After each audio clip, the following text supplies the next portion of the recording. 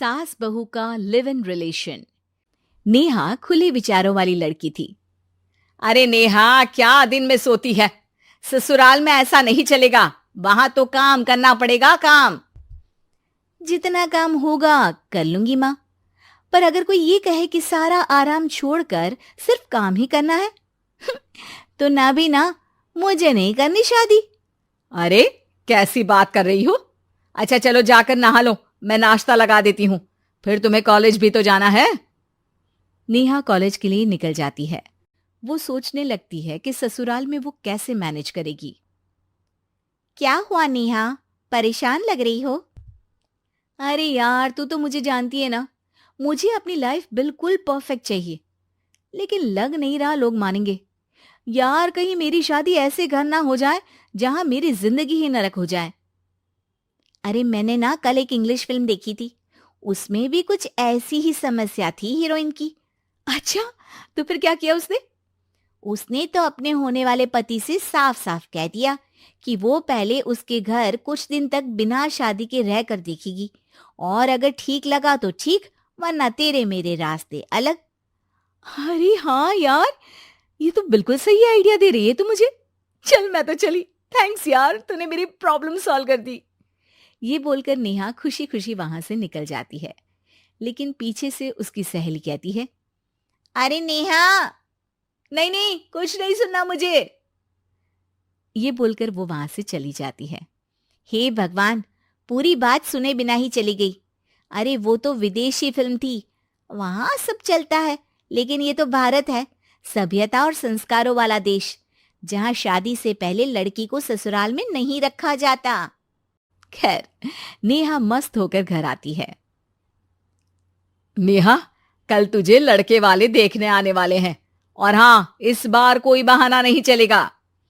हाँ हाँ, आने दो आने दो, मैं तैयार हूं शादी के लिए। अगले दिन लड़के वाले आते हैं, जहां लड़का कहता है, मुझे अकेले में लड़की से कुछ पूछना है। हाँ हाँ, क्यों नहीं बेटा, जाओ नेहा, घर तो दिखा दो इन्हें। नेहा भी खुश हो जाती है कि उसे मौका मिल गया है लड़के से अपनी शर्त रखने का। देखो, मुझे ना शादी से बहुत डर लगता है। पता नहीं कैसी लड़की आए, तालमेल बना पाए कि नहीं मेरे परिवार से। मैंने कई घरों में रोज का क्लेश होते देखा है।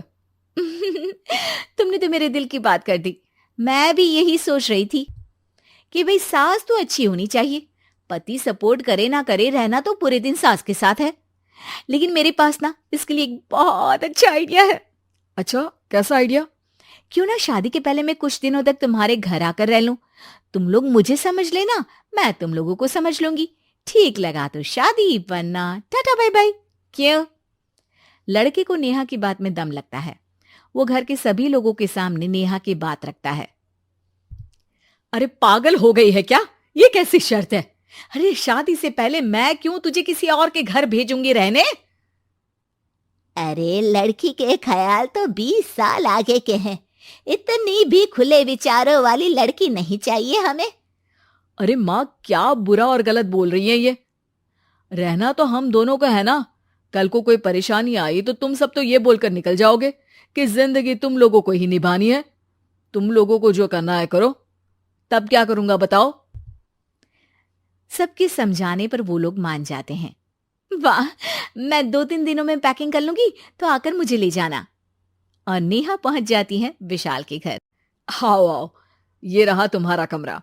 इस घर में तुम एज अ गेस्ट रहो, लेकिन माँ तुम्हें बहू की तरह ही ट्रीट करेंगी, और तुम भी उन्हें सास की तरह ही रखना। बस फिर क्या था, शुरू हो जाता है लिव इन सास बहू का ड्रामा। अरे चाय तो बना दे बहू। जी सासू माँ, अभी लाई।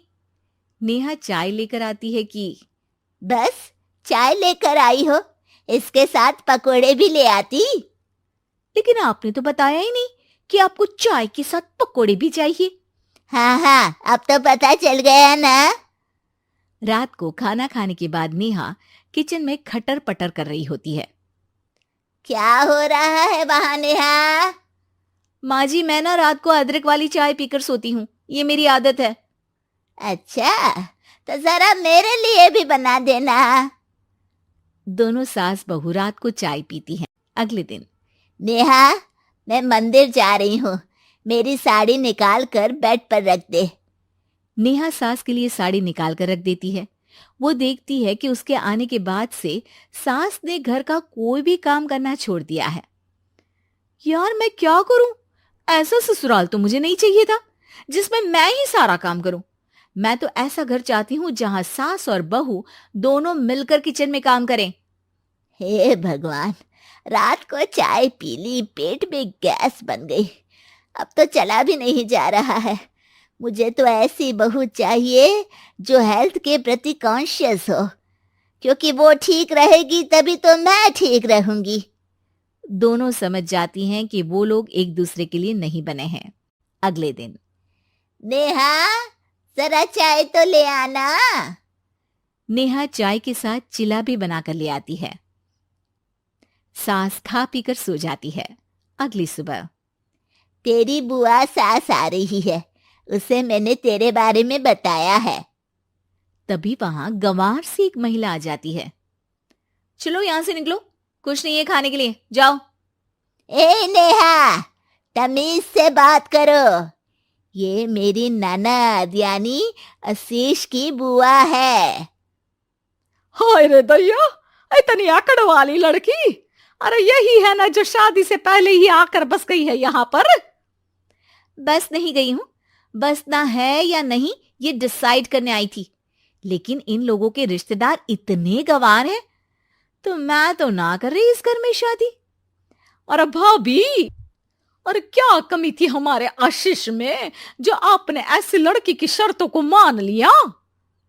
अरे वो तो आशीष के कहने पर मैं झुक गई, वरना ऐसी लड़की को तो मैं घर में घुसने भी ना दूं। ए हेलो, ऐसी लड़की कैसी लड़की? हाँ, बिना समझे बुझे शादी कर लूं? अब तो समझ गई ना कि हम लोग गांव के हैं। भाभी को खाट पर सोना और रिश्तेदारों का गांव से आना जाना तो लगा ही रहना है इस घर में। हाँ हाँ, मैं तो किसी मॉडर्न घर में शादी करूंगी। ये बोलकर नेहा वहां से चली जाती है। अपने घर में आकर नेहा कहती है, ना मां ना, लिव इन में रहकर देख लिया, ये गांव के लोगों का कोई भरोसा नहीं है। खैर, नेहा की शादी एक मॉडर्न घर में हो जाती है, जहां सास कहती हैं, हे नेहा, मैं टेनिस खेलने जा रही हूं, आओ तो जूस बनाकर रखना, और हाँ, वॉलनट्स और ओट्स भी बना लेना। जी माँ। माँ मॉम बोलो डार्लिंग, माँ इज ओल्ड फैशन। बेचारी नेहा सर पर हाथ रख लेती है। हे भगवान, ये सास तो सास ही होती है, गांव की हो या शहर की। सुगंधा और उसकी सास कांता के बीच एक अजीब सी जंग रहती थी। ये जंग थी किचन में कौन ज्यादा अच्छा काम करेगा और घर के सदस्यों के दिल जीतेगा। और उनकी इस जंग में हमेशा कुर्बान होते थे उनके दोनों पति। कैसे? आइए देखते हैं इस किचन पॉलिटिक्स की कहानी में। एक दिन किचन में, माँ जी, आज मैं बना रही हूँ मेथी की सब्जी। इस खाने से घर वालों के पेट की सारी समस्या खत्म हो जाएगी। और मैं बना रही हूँ तड़के वाली छाछ, जिसे पीते ही गैस की समस्या कभी नहीं होगी। दोनों अपने अपने खाने को लेकर टेबल पर पहुंच जाती हैं। तभी सुगंधा के ससुर उसकी बनाई सब्जी की तारीफ कर देते हैं। अरे वाह, मेथी की सब्जी भी बनी है, बड़ी ही स्वादिष्ट है, वाह बहू वाह। अरे बहू, लेकिन इसमें इतनी सारी मेथी बर्बाद करने की क्या जरूरत थी? देखिए माँ जी, ये तो वो मेथी है जो आप रात में भिगोकर सुबह उसका पानी पीती हैं, और जो मेथी फेंक देती हैं उसी से मैंने ये सब्जी बनाई है। अरे वाह बहू, तुमने तो बड़ा ही समझदारी का काम किया। बस अब क्या था, कांता जी का तो मानो ये सुनकर खून ही सूख गया। वो फैसला कर लेती है कि किसी भी तरह वो अपने खाने की तारीफ लेकर ही रहेगी और सुगंधा को किचन में उसकी कमियां गिनाएगी। कांता फ्रिज खोलकर देख रही होती है और फिर सुगंधा से कहती है, अरे बहू, ये क्या, पूरा फ्रिज गंदा पड़ा है। तभी वहां सुगंधा का पति आ जाता है। वो सुगंधा को डांट कर कहता है, सुगंधा, तुम्हें कितनी बार कह रखा है कि वायरस फैल रहा है, साफ सफाई का पूरा ख्याल रखना है, लेकिन तुम किचन में इतनी गंदगी रखोगी तो कैसे चलेगा। सुगंधा सास की तरफ देखती है जहां वो मुस्कुरा रही होती है। सुगंधा समझ जाती है कि सास ने उससे बदला लेने के लिए ये सब किया है। दोनों रात के खाने की तैयारी में लग जाती हैं। दोनों ना एक दूसरे की तरफ देखती हैं और ना ही एक दूसरे से बातें करती हैं। रात को खाने की टेबल पर एक एक कर दोनों कई तरह के अलग अलग व्यंजन टेबल पर लगा देती हैं और अपने अपने पति के पास जाकर खड़ी हो जाती हैं। अरे खाइए जी खाइए, मैंने बड़ी मेहनत से बनाया है। प्लेट में वो खाना डालती हैं। सुगंधा भी दोनों की प्लेट में खाना डालते हुए कहती है, बड़ी ही मेहनत लगी है इस खाने को बनाने में। हाँ, दोनों को ना चाहते हुए भी सारा खाना खाना पड़ता है। कहीं दही तो कहीं मलाई तो कहीं मसाला। और इन सब के बाद दोनों बड़ी ही मुश्किल से अपने कमरे में सोने जाते हैं। लेकिन अगली सुबह सुगंधा का पति चिल्ला रहा होता है, हाय रे, हाय मेरा तो पेट खराब हो गया, हाय माँ बहुत दर्द हो रहा है। तो वहीं कांता के कमरे से भी कुछ ऐसी ही आवाज आने लगती है। हे भगवान, इस सास बहू की लड़ाई हमारी जान लेकर रहेगी। जाओ कोई डॉक्टर को बुला कर लाओ। डॉक्टर आते हैं। दोनों को देखकर कांता और सुगंधा से कहते हैं, देखिए, आप दोनों इन्हें खाने में हल्का ही दीजिएगा। हो सके तो रात का खाना जल्दी खाया करे और वॉक किया करे। इतना कहकर डॉक्टर वहां से चले जाते हैं। जिसके बाद एक बार फिर से दोनों बहुएं किचन में जाती हैं और खाना बनाने में लग जाती हैं। रात में खाने के टेबल पर दोनों एक बार फिर से खाना लगाने लगती है। पापा जी, मैंने ये पतली मूंग की दाल की खिचड़ी के साथ ये पापड़ और पुदीने की चटनी भी बनाई है। अरे बहू, अभी अभी बेचारे पेट की बीमारी से गुजरे हैं, इतना भारी खाना तो डॉक्टर ने भी मना किया है ना। देखिए, मैंने आप दोनों के लिए सूप बनाया है। और दोनों उन लोगों की प्लेट में खाना डालने लगती हैं। तभी दोनों एक साथ बोल पड़ते हैं, बस करो, हमें माफ करो, हमें नहीं खाना इस घर में ना खिचड़ी और ना ही सूप। हम इंसान हैं, एक वक्त में एक ही खाना खा सकते हैं।